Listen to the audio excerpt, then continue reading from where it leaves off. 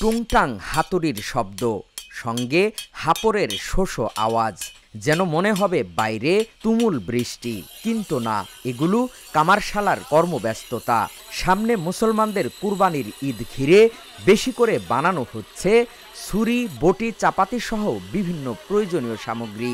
সম্প্রতি গাবতলী হাটের কামারশালায় গিয়ে এ দৃশ্য দেখা যায়। কামাররা জানান, সারা বছরই কম বেশি বেচা বিক্রি হয়, তবে কুরবানির ঈদে কিছুটা বেশি। ঈদকে ঘিরে সবচেয়ে বেশি কি পণ্য বিক্রি হয় সেই ব্যাপারেও জানান তারা। সবচেয়ে বেশি বিক্রি হয় চাবাড়ি, চাক্কু, স্টিল, কষাইকে যা লাগে ওটি বিক্রি হয়। ঈদের সময় একটু বেশি বিক্রি হয়। এটা 12 মাসের দোকানই, কষাইকে দোকানি। আমগো 12 মাসের ব্যবসাটা ওইটা সীমিত লাভ থাকে আর কি। কোনো মতন আছে, খাইয়ে দেয় আর কি, ভালোই আছে। ঈদের জন্য সবথেকে বেশি বানায় রাখছি, মনে করেন 10 ইঞ্চি চাপাটি আছে, 12 ইঞ্চি চাপাটি আছে, ঠিক আছে। চাক্কু, চাপাটি আমগো 12 মাসের ব্যবসা, ঠিক আছে। আমগো একদিনকার লিগা না, 12 মাসের মনে করি আমগো কষাইয়ের সাথে ব্যবসা। আমগো 24 ঘন্টায় খোলা আমগো দোকান। আর তেহারার জন্য একটু ভাই বেশি মাল বানানো হয়েছিল, চাক্কু চাপাটিটা বেশি বানানো হয়েছে তেহারার জন্য, মানে বাইরের কাস্টমারও আসে।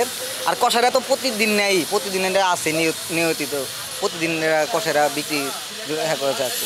বেচা কিনি মোটামুটি ভালো এখন, মোটামুটি এখানে ঢাকা শহরে এখন দোকানপাট কম অনেক। এখানে আছি 6-7 জন আছি, 6-7 জন এখন আছে, আরও সামনে আরও বাড়বে লোক, আরও এই সপ্তাহ পরে আরও লোক আরও আসবে এখানে। আমাদের তো মনে করেন 9 মাস তো আর কোনো বেচা কিনা নাই, ঠিক আছে। আপনার এই 2 মাস আমাদের বেচা কিনা, রোজার ঈদ আর কুরবানির ঈদ, আর 9 মাস আমরা বসে থাকি। এই 2 মাসে আমরা মনে করেন 9 মাসের টাকা উঠাই 2 মাসে।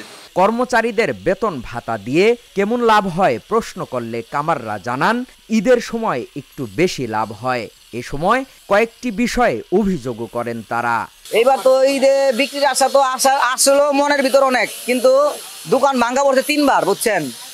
কারণ সরকারি জায়গায় তো 3 বার ভাঙ্গা পড়নে, মনে করেন এইবার মাল ঠিক মতো বানাইতে পারি নাই, বড় সমস্যা হয়ে যায়। মাল ঠিক মতো বানাইতে পারি নাই, 3 বার ভাঙছে।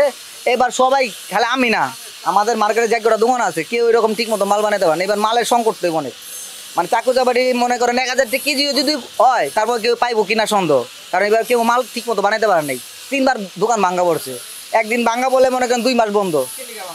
এই সরকারি জায়গায় থাকি আমরা, ভাড়া দেই, সবকিছু দিই, তারপরও ভাঙ্গা পড়ছে। এটা রাজনীতির পেঁয়াজ ভাই। এদিকে আমরা বেশি গভীরে গেলে আবার নাও থাকতে পারি, আমি বেশি গভীরে যাওয়া যাবো না। মাঝখানে তো আমরা প্রস্তুতি নিতে পারিনি, খেলে মাঝখানে ভেঙে দিয়েছিল দোকান।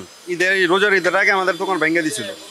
এখন আবারও বলতেছে নাকি এটা এখান থেকে উঠাই দিব, কিন্তু আমরা কি করবো এখন বলেন। ওনারা কইতাছে এখানে পুলিশ ক্যাম্প দিবে, পুলিশ ক্যাম্প আমরা বসে এখানে 40 বছর ধরে এখানে কাজ করতেছে, 50-60 বছর ধরে, কিন্তু আজকে পরশুদিনকে এসে বলতেছে এখান থেকে উঠাই দিবে। আমরা কি করবো এখানে। পবিত্র ঈদুল আজহার বাকি আর মাত্র কয়েকদিন, তাই যেন দম ফেলার সময় নেই কামারদের। কুরবানির পশু জবাই এবং মাংস কাটার জন্য দিনরাত একাকার করে তারা ছুরি, চাকু, চাপাতি, দাও, বটি তৈরিতে ব্যস্ত সময় পার করছেন। আর এতে করে টুংটাং শব্দে মুখর হয়ে উঠেছে কামারশালাগুলো। কামাররা জানান, স্বস্তির ঈদ হলে প্রত্যাশা অনুযায়ী বেচা বিক্রি হবে তাদের। হাকিম মাহি, ঢাকা জার্নাল।